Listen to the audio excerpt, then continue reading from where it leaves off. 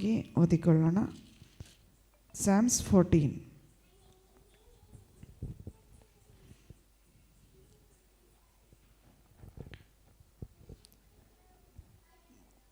ದುರ್ಮಚ್ಚಿಗಳು ದೇವರಿಲ್ಲವೆಂದು ಮನಸ್ಸಿನಲ್ಲಿ ಅಂದುಕೊಳ್ಳುತ್ತಾರೆ. ಅವರು ಕೆಟ್ಟು ಹೋದವರು ಹೇಯ ಕೃತ್ಯಗಳನ್ನು ನಡೆಸುತ್ತಾರೆ. ಅವರಲ್ಲಿ ಒಳ್ಳೆಯದನ್ನು ಮಾಡುವವರೇ ಇಲ್ಲ.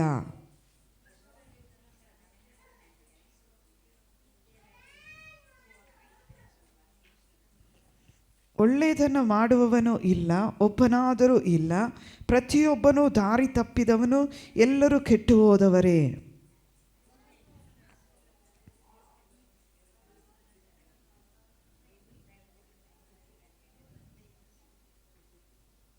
ತಕ್ಕನೆ ಅವರು ಭಯಭ್ರಾಂತರಾಗುವರು, ಯಾಕೆಂದರೆ ದೇವರು ನೀತಿವಂತರ ಪಕ್ಷದಲ್ಲಿದ್ದಾನೆ.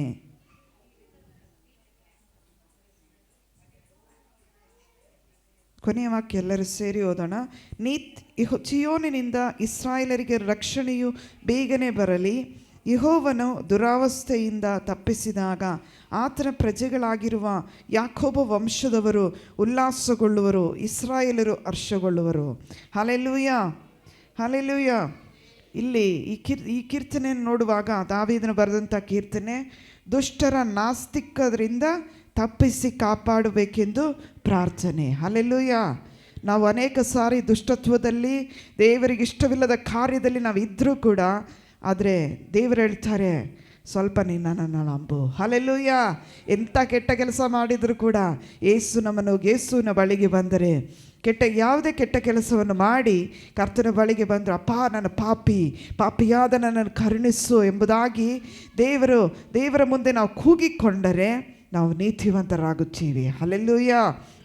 ಈ ಲೋಕದಲ್ಲಿ ಏನೇ ತೊಳಕೊಂಡ್ರು ಅದರಲ್ಲಿ ನೀತಿವಂತರಾಗುವುದಿಲ್ಲ. ಆದರೆ ಒಂದೇ ಒಂದು ಕಾರ್ಯದಲ್ಲಿ ನಾವು ನೀತಿವಂತರಾಗಲಿಕ್ಕೆ ಸಾಧ್ಯ ಉಂಟು, ಯೇಸುವಿನ ರಕ್ತದಿಂದ ತೊಳೆಯಲ್ಪಟ್ಟವರು. ಹಲ್ಲೆಲೂಯಾ. ನಾವು ಯೇಸುವಿನ ರಕ್ತದಿಂದ ನಾವು ತೊಳೆಯಲ್ಪಡಲಿಕ್ಕೆ ಯಾರೆಲ್ಲ ಬಯಸ್ತೀರೋ ಅವರು ನೀತಿವಂತರೆಂಬುದಾಗಿ ದೇವರ ವಾಕ್ಯದ ಮೂಲಕ ನಾವು ಕರೆಯುವರಾಗಿದ್ದೀವಿ. ಹಲ್ಲೆಲೂಯಾ. ಏಕೆಂದರೆ ದೇವರ ವಾಕ್ಯ ಇದನ್ನೇ ಹೇಳುತ್ತದೆ, ದುರ್ಗಚ್ಚಿಗಳು ದೇವರಿಲ್ಲವೆಂದು ಮನಸ್ಸಿನಲ್ಲಿ ಅಂದುಕೊಳ್ಳುತ್ತಾರೆ. ಅನೇಕ ಸಾರಿ ನಮಗೆ ಕೆಟ್ಟದು ಮಾಡಿ ಬಂದ ಮೇಲೆ ದೇವರ ನಿರೀಕ್ಷೆಯೇ ಇಲ್ಲ ಅಂಥೇಳಿ ನಾವು ನೆನೆಸ್ತೀವಿ. ಆದರೆ ದೇವರ ಸನ್ನಿಧಿಯಲ್ಲಿ, ಮನುಷ್ಯರಲ್ಲಿ ತನ್ನ ಸನ್ನಿಧಿಯಲ್ಲಿ ಅಪೇಕ್ಷಿಸುವ ಬುದ್ಧಿವಂತರಿದ್ದಾರೋ. ಹಲ್ಲೆಲೂಯಾ. ಈ ಲೋಕದಲ್ಲಿ ಬುದ್ಧಿವಂತರಿದ್ದಾರೋ ಅಂಥೇಳಿ ದೇವರೇ ಹುಡುಕಾಡುತ್ತಾನೆ. ಹಲ್ಲೆಲೂಯಾ. ಅನೇಕ ಸಾರಿ ನಮ್ಮ ಮಾರ್ಗವನ್ನು ನಾವೇ ಆಯ್ದುಕೊಂಡು ಇದೇ ಸರಿ ಅಂಥೇಳಿ, ಲೋಕದಲ್ಲಿ ಎರಡು ದಾರಿ ಉಂಟು, ಒಂದು ಇಕ್ಕಟ್ಟಾದ ಮಾರ್ಗ, ಇನ್ನೊಂದು ಅಗಲವಾದ ಮಾರ್ಗ. ಹಲ್ಲೆಲೂಯಾ. ಅಗಲವಾದ ಮಾರ್ಗದಲ್ಲಿ ಒಂದಕ್ಕೊಂದು ಉಚಿತವಾಗಿ ಸಿಕ್ಕುತ್ತದೆ. ಹಲ್ಲೆಲೂಯಾ. ಇಕ್ಕಟ್ಟಾದ ಮಾರ್ಗದಲ್ಲಿ ಒಂದೇ ಒಂದು ಉಚಿತವಾಗಿ ಸಿಕ್ಕುತ್ತದೆ, ಅದು ಏನೆಂದರೆ ರಕ್ಷಣೆ ಮಾತ್ರ. ಹಲ್ಲೆಲೂಯಾ. ಯೇಸು ಕ್ರಿಸ್ತನಿಂದ ಬರುವಂಥ ರಕ್ಷಣೆ. ಹಲ್ಲೆಲೂಯಾ. ಈ ಇಕ್ಕಟ್ಟಾದ ಮಾರ್ಗಕ್ಕೆ ಹೋಗಬೇಕಾದ್ರೆ ಬಹಳ ಕಷ್ಟ. ಅನೇಕ ಅಡ್ಡದಿಡ್ಡಗಳಿವೆ, ಅನೇಕ ಆ ದಾರಿಗಳು ಬಹಳ ಬಿಕ್ಕಟ್ಟಾಗಿರುವುದರಿಂದ, ಪರಿಸ್ಥಿತಿಗಳು ಬಹಳ ಬಿಕ್ಕಟ್ಟಾಗಿದ್ದರೂ ನಮ್ಮನ್ನು ಕಾಪಾಡುವಂಥ ಒಬ್ಬ ರಕ್ಷಕನು ಇದ್ದಾನೆ. ಹಲ್ಲೆಲೂಯಾ.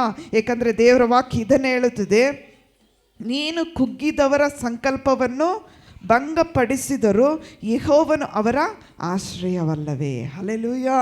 ಕುಗ್ಗುವಿಕೆಯಲ್ಲಿ ಭಂಗ ಬರುತ್ತದೆ. ಕುಗ್ಗುವಿಕೆಯಲ್ಲಿ ಏನು ಬರ್ತದೆ? ಅನೇಕ ಕಷ್ಟಗಳು, ಇಕ್ಕಟ್ಟುಗಳು, ಹೇಳಲಿಕ್ಕಾಗದಂಥ ಪರಿಸ್ಥಿತಿಗಳು ನಮಗೆ ಮುಟ್ಟುತ್ತದೆ. ಆದರೆ ಅದರಲ್ಲಿ ನಾವು ಬಿದ್ದು ಹೋಗ್ಲಿಕ್ಕಲ್ಲ, ದೇವರು ನಮ್ಮನ್ನು ಕರೆದಿರುವುದು, ಯೆಹೋವನು ಅವರನ್ನು ಆಶ್ರಯಿಸಿಕೊಂಡಿದ್ದಾನೆ. ಹಲ್ಲೆಲೂಯಾ. ಇಕ್ಕಟ್ಟಿನ ವೇಳೆಯಲ್ಲಿ ಮೊರೆ ಇಡ್ರಿ, ಬಿಡಿಸುವೆನು, ಆಗ ನೀವು ನನ್ನನ್ನು ಕೊಂಡಾಡುವಿರಿ ಎಂಬುದಾಗಿ ದೇವರ ವಾಕ್ಯ ಹೇಳುತ್ತೆ. ಇಕ್ಕಟ್ಟಿನ ವೇಳೆಯಲ್ಲಿ. ಹಲ್ಲೆಲೂಯಾ. ಚೆನ್ನಾಗಿರುವಾಗ ನಮಗಿಷ್ಟ ಬಂದ ಆ ಮಾರ್ಗವನ್ನು ಆರಿಸ್ಕೊಳ್ತೀವಿ ಅಂತೇಳಿ ದೇವರಿಗೆ ಗೊತ್ತು. ಆದರೆ ಇಕ್ಕಟ್ಟಾದ ಸಮಯದಲ್ಲಿ ಯಾರು ದೇವರನ್ನು ಹುಡುಕುತ್ತಾರೋ ಅವರಿಗೆ ದೇವರು ಆಶ್ರಯ ದುರ್ಗವಾಗಿದ್ದಾನೆ. ಹಲ್ಲೆಲೂಯಾ.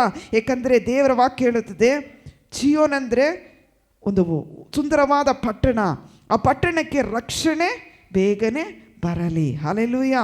ಯೆಹೋವನ ದುರಾವಸ್ಥೆಯಿಂದ ತಪ್ಪಿಸಿದಾಗ ಆತನ ಪ್ರಜೆಗಳಾಗಿರುವ ಯಾಕೋಬ ವಂಶದವರು ಉಲ್ಲಾಸಗೊಳ್ಳುವರು. ಹಲ್ಲೆಲೂಯಾ.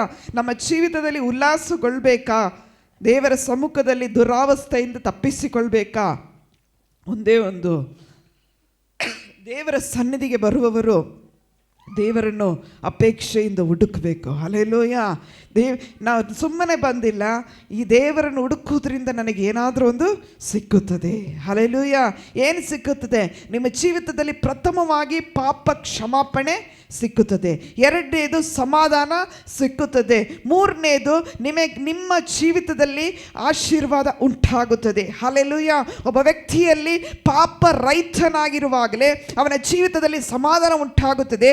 ಸಮಾಧಾನದ ಮೂಲಕ ಆಶೀರ್ವಾದವು ಬರುತ್ತದೆ. Hallelujah, hallelujah. ಅಂದರೆ ನಾವೆಲ್ಲಿ ಯಾವ ಅಂಗಡಿಗೆ ಹೋದರೂ ಇಷ್ಟು ದೊಡ್ಡ ದೊಡ್ಡ ಲಕ್ಷಗಟ್ಟಲೆ ಕೋಟಿಗಟ್ಟಲೆ ಅಂಗಡಿಗಳಿವೆ.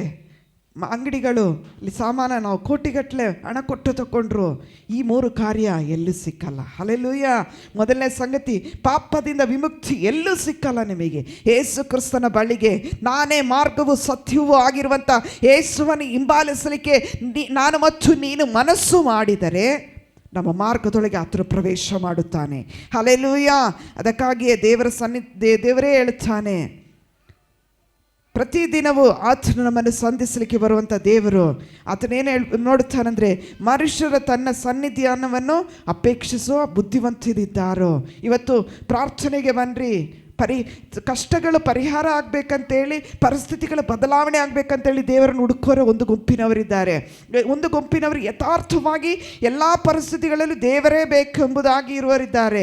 ಇನ್ನೊಂದು ದೇವರಿಗೆ ಒಪ್ಪಿಸಿಕೊಟ್ಟು ಬರುವವರು ಒಂದು ಗುಂಪಿನವರಾಗಿದ್ದಾರೆ. ಆದರೆ ನಾವು ಯಾವ ಗುಂಪಿನವರೆಂಬುದಾಗಿ ನಾವೇ ನಿರ್ಧಾರ ಮಾಡಿಕೊಳ್ಳೋಣ. ಹಲ್ಲೆಲೂಯ. ಏಕೆಂದರೆ ಒಳ್ಳೆಯದನ್ನು ಮಾಡುವವನು ಇಲ್ಲ. ದೇವರು ಹೇಳ್ತಾನೆ, ನಾನು ಎಷ್ಟು ಒಳ್ಳೆಯದು ಜನರಿಗೆ ಮಾಡಿದ್ರು ಯಾರು ನನಗೆ ಒಳ್ಳೆಯದು ಮಾಡುವುದಿಲ್ಲ. ಯಾಕಂದರೆ ದೇವರಿಗೆ ಒಳ್ಳೆಯದು ಮಾಡೋದು ಏನಂದರೆ, ನಾನು ಮತ್ತು ನೀನು ಸಲ್ಲಿಸುವ ಸ್ತೋತ್ರಗಳು. ಹಲ್ಲೆಲೂಯ. ನಾನು ಮತ್ತು ನೀನು ದೇವರಲ್ಲಿ ಇಡುವಂಥ ನಂಬಿಕೆ. ಹಲ್ಲೆಲೂಯ. ನಾನು ಮತ್ತು ನೀನು ದೇವರಲ್ಲಿ ಇಡುವಂಥ ನಿರೀಕ್ಷೆ ಯಾವುದರ ಮೇಲೆ? ಹಲ್ಲೆಲೂಯ. ಆ ನಿರೀಕ್ಷೆ, ನಂಬಿಕೆ, ಪ್ರೀತಿ ನೀನು ತೋರಿಸುವುದು ಎಲ್ಲದರ ಮೇಲೆ, ನೀನು ಲೋಕದಲ್ಲಿ ಎಲ್ಲದರ ಮೇಲೆ ಪ್ರೀತಿ, ನಂಬಿಕೆ, ನಿರೀಕ್ಷೆ ಮಾಡ್ಕೊಂಡು ಬನ್ನಿರಿ. ಆ ನಿರೀಕ್ಷೆ ಎಲ್ಲವೂ ಅರ್ಥಕ್ಕೆ ನಿಂತು ಹೋಗ್ತದೆ. ಹಲ್ಲೆಲೂಯ. ಸಮುದ್ರದ ಅಲೆಗಳು ಹೇಗೆ ಆ ನಿರೀಕ್ಷೆ ಇದೆ, ಆ ಸಮುದ್ರದ ಅಲೆಗಳು ನನ್ನನ್ನು ಮುಟ್ಟುವುದಿಲ್ಲ ಅಂತೇಳಿ ನಾವು ನೆನೆಸ್ತೀವಿ. ಆದರೆ ಅಲೆ ಗಾಳಿ ಎಷ್ಟು ಬೀಸುತ್ತದೋ ಆ ಅಲೆ ಹಾಗೆ ತಿರುಗಿ ಬಂದು ನಿನ್ನನ್ನು ಮುಟ್ಟುತ್ತದೆ. ಹೌದಾ ಅಲ್ವಾ? ಸಮುದ್ರದ ದಡದಲ್ಲಿ ಯಾರೆಲ್ಲ ನಿಂತ್ಕೊಂಡವರಿಗೆ ಗೊತ್ತಿದೆ, ಈ ಅಲೆ ನಾನು ಇಲ್ಲಿ ನಿಂತ್ಕೊಂಡ್ರೆ ಅಲೆ ನನ್ನನ್ನು ಬಂದು ಮುಟ್ಟಲ್ಲ, ಪರಿಸ್ಥಿತಿ ನನ್ನನ್ನು ಮುಟ್ಟಲ್ಲ ಅಂಥೇಳಿ ನಾವು ನಡೆಸ್ತೀವಿ. ಆದರೆ ಆ ಅಲೆ ನಮ್ಮ ಮತ್ತು ನಿನ್ನ ಜೀವಿತ ದೇವರಿಗೆ ವಿರುದ್ಧವಾಗಿದ್ದರೆ ಎಷ್ಟು ದೂರಕ್ಕಿದೆಯೋ ಅಷ್ಟೇ ದೂರದಿಂದ ಆ ಅಲೆ ಹಂಗೆ ಬಂದು ನಿನ್ನನ್ನು ತಾಕುತ್ತದೆ. ಹಲ್ಲೆಲೂಯ. ತಾಕಲಿಕ್ಕೆ ನೀನು ಅನುಮತಿ ಮಾಡಿಕೊಟ್ಟು ಮೊದಲನೇ ವಾಕ್ಯ, ದುರ್ಗತಿಗಳು ದೇವರಿಲ್ಲ. ಹಲ್ಲೆಲೂಯ. ನಮ್ಮ ಗತಿ ಕೆಟ್ಟದೆ, ಹೌದು. ಈ ಕೆಟ್ಟ ಪರಿಸ್ಥಿತಿಯನ್ನು ಬದಲಾಯಿಸಲಿಕ್ಕೆ ಒಬ್ಬ ರಕ್ಷಕನು ಬಂದಿದ್ದಾನೆ. ಆ ರಕ್ಷಕನೇ ಯೇಸು ಕ್ರಿಸ್ತನು. ಹಲ್ಲೆಲೂಯ. ಆ ರಕ್ಷಕನನ್ನು ಪೂರ್ಣವಾಗಿ ನಂಬುವುದಾದರೆ ಪರಿಸ್ಥಿತಿಗಳು ಬದಲಾವಣೆ ಆಗ್ತದೆ. ಹಲ್ಲೆಲೂಯ. ಏಕೆಂದರೆ ಪರಿಸ್ಥಿತಿಗಳು ಯಾವ ಪರಿಸ್ಥಿತಿಯಲ್ಲಿಯೂ ದೇವರು ಬಿಡಲಿಕ್ಕೆ ಇಷ್ಟಪಟ್ಟಿಲ್ಲ. ಹಲ್ಲೆಲೂಯ. ಸತ್ಯವೇದ ಅನುಗುಣವಾಗಿ ಅನೇಕ ಘಟನೆಗಳನ್ನು ನೋಡಿದರೆ ಯಾವ ವ್ಯಕ್ತಿಯನ್ನು ದೇವರು ಅದೇ ಪರಿಸ್ಥಿತಿಯಲ್ಲಿ ಬಿಟ್ಟಿಲ್ಲ ಅಂತೇಳಿ ಸತ್ಯವೇದದಲ್ಲಿ ನಿರೂಪಿಸಿದ್ದಾರೆ. ಯಾಕಂದರೆ ಒಬ್ಬ ವ್ಯಕ್ತಿ ಕೂಡ ಭಿಕ್ಷೆ ಬೇಡಿ ತಿನ್ನುವುದನ್ನಾಗಲಿ ನಾನು ಅನುಮತಿಸಿಲ್ಲ ಅಂತೇಳಿ ದೇವರ ವಾಕ್ಯ ಹೇಳುತ್ತದೆ. ಹಲ್ಲೆಲೂಯ. ಅಷ್ಟರ ಮಟ್ಟಿಗೆ ಕೂಡ ನಮ್ಮನ್ನು ನೀಚವಾಗಿ ಹೋಗಬೇಡಿ ಅಂತೇಳಿ ದೇವರು ಘನತೆ, ಮಾನ, ಮರ್ಯಾದೆಯನ್ನು ದೇವರು ಕೊಟ್ಟಿದ್ದಾರೆ. ಹಲ್ಲೆಲೂಯ. ಆ ಘನತೆಯನ್ನು, ಮಾನವನ್ನು ಕೊಟ್ಟಂಥ ದೇವರನ್ನು ಆರಾಧಿಸುವರಾಗಿದ್ದೀವಿ. ಹಲ್ಲೆಲೂಯ. ಆ ದೇವರಿಗೆ ನಾವು ಸೃಷ್ಟಿಕರ್ತನನ್ನು ಆರಾಧಿಸುವರಾಗಿ, ಸೃಷ್ಟಿಯನ್ನು ಆರಾಧಿಸಲಿಕ್ಕೆ ಬಯಸಬೇಡ್ರಿ, ಸೃಷ್ಟಿಕರ್ತನನ್ನು ಹುಡುಕಿರಿ. ಹಲ್ಲೆಲೂಯ. ನಾವು ಸೃಷ್ಟಿಕರ್ತನನ್ನು ಹುಡುಕುವಾಗ ನಮ್ಮ ಜೀವಿತದಲ್ಲಿ ಅನೇಕ ಕಾರ್ಯಗಳು ಉಂಟಾಗುತ್ತದೆ. ಏಕೆಂದರೆ ದೇವರ ವಾಕ್ಯ ಹೇಳುತ್ತದೆ, 5ನೇ ವಾಕ್ಯ, ಪಕ್ಕನೆ ಅವರು ಭಯಭ್ರಾಂತರಾಗುವರು ಯೆಹೋವನು, ಯಾಕಂದರೆ ದೇವರು ನೀತಿವಂತರ ಪಕ್ಷದಲ್ಲಿದ್ದಾನೆ. ಹಲ್ಲೆಲೂಯ. ಯಾರು ಭಯಭಾಂತರಾಗುವರು? ಲೋಕದಲ್ಲಿ ಇರುವಂಥ ನಿಮ್ಮ ಅಕ್ಕಪಕ್ಕದ ಜನರಿರ್ಬೋದು, ನಿಮ್ಮ ಸ್ವಂತದವರಿರ್ಬೋದು, ಅಥವಾ ನಿಮ್ಮ ಸುತ್ತಮುತ್ತಲಿರುವ ಜನಗಳಿರ್ಬೋದು. ನೀವು ಯೇಸು ಕ್ರಿಸ್ತನನ್ನು ಅಂಗೀಕರಿಸಿಕೊಂಡ ಕೂಡಲೇ ಪರಿಸ್ಥಿತಿ ಬದಲಾವಣೆ ಆಗ್ತದಂತೇಳಿ ನೀವು ಬಂದಿರ್ಬೋದು. ನೀವು ದೇವರಿಗೆ ಎಷ್ಟರ ಮಟ್ಟಿಗೆ ಒಪ್ಪಂದವಾಗಿ ದೇವರಿಗೂ ನಿಮಗಿರುವಂಥ ಐಕ್ಯತೆಯನ್ನು ಕೂಡಿಸಿಕೊಳ್ತೀರೋ ಅಷ್ಟರ ಮಟ್ಟಿಗೆ ನೀತಿವಂತರ ಪಕ್ಷದಲ್ಲೇ ದೇವರಿದ್ದಾನೆ. ಹಲ್ಲೆಲೂಯಾ. ಕೆಡುಕರ ಪಕ್ಷದಲ್ಲಲ್ಲ, ದುಷ್ಟರ ಪಕ್ಷದಲ್ಲಲ್ಲ, ಪಾಪಿಗಳ ಪಕ್ಷದಲ್ಲಲ್ಲ, ಶಾಪವನ್ನು ತರುವಂಥ ಪಕ್ಷದಲ್ಲಲ್ಲ. ನಮ್ಮ ದೇವರು ನೀತಿವಂತರ ಪಕ್ಷದಲ್ಲಿದ್ದಾನೆ. Hallelujah, hallelujah. ನಾನು ಯಾವಾಗಲೂ ದೇವರಲ್ಲಿ ನೆನೆಸ್ತೇನೆ, ದೇವರೇ ನೀತಿವಂತರ ಪಕ್ಷದಲ್ಲಿ ನೀನಿದೆಯಲ್ಲ. ಯಾರಿಗೂ ಒಳ್ಳೆಯದು ಬಯಸಿದ್ರು ಕೆಟ್ಟದ್ದು ಬಯಸಿದ್ರು ಅವರನ್ನು ಆಶೀರ್ವದಿಸು ಎಂಬುದಾಗಿ ನಾನು ಪ್ರಾರ್ಥನೆ ಮಾಡಲಿಕ್ಕೆ ಕಲಿತುಕೊಂಡಿದ್ದೇನೆ. ಅದೇ ದೇವರು, ನನ್ನ ದೇವರು ನಿಮ್ಮನ್ನು ಆಶೀರ್ವದಿಸಲಿಕ್ಕೆ ಬಯಸುತ್ತಾನೆ. Hallelujah, hallelujah. ಈ ಮೂಲಕ ನಾವೆಲ್ಲರೂ ಒಟ್ಟಾಗಿ ಸೇರಿ ಆರಾಧನೆ ಮಾಡೋಣ.